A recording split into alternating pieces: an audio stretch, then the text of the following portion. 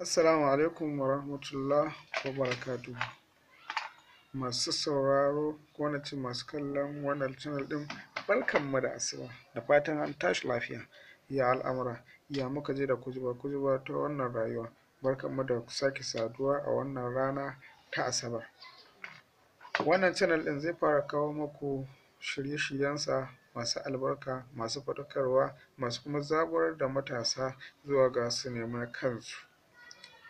Kamar yadda ina tunanin kun iya ganin sunan wannan channel ɗin, wato an sa phone repair, ma'ana gyaran waya. Phone repair TV and others, ka gani, ma'ana wannan channel ɗin ba iya kawai gyaran waya zai na kawo muku ba, mai yiwuwa wata ran ka gan shi ya ɗau bidiyon wani abu da ke faruwa ko dai wani abu can daban. Sannan muna koyar da kamar haɗa website, misali kamar YouTube channel, in baka iya ba ka koya kai ma ta yadda za ka samu alfanu da shi.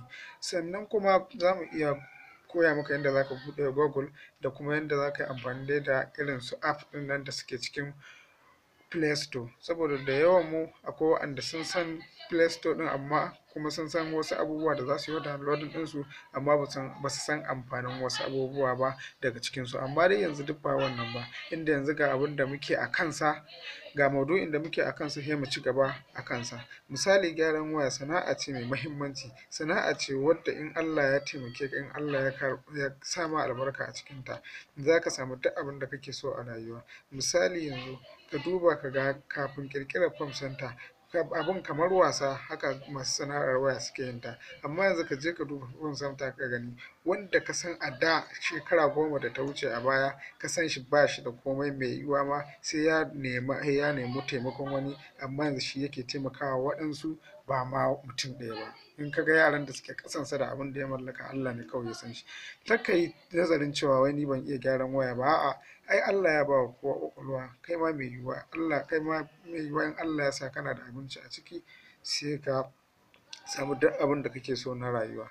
Kar ka sare, kar ka gajiya, ya kai ɗan uwana, ka sa abin a ranka, kuma ka riƙa addu'a Allah ya taimake ka akan lamarin.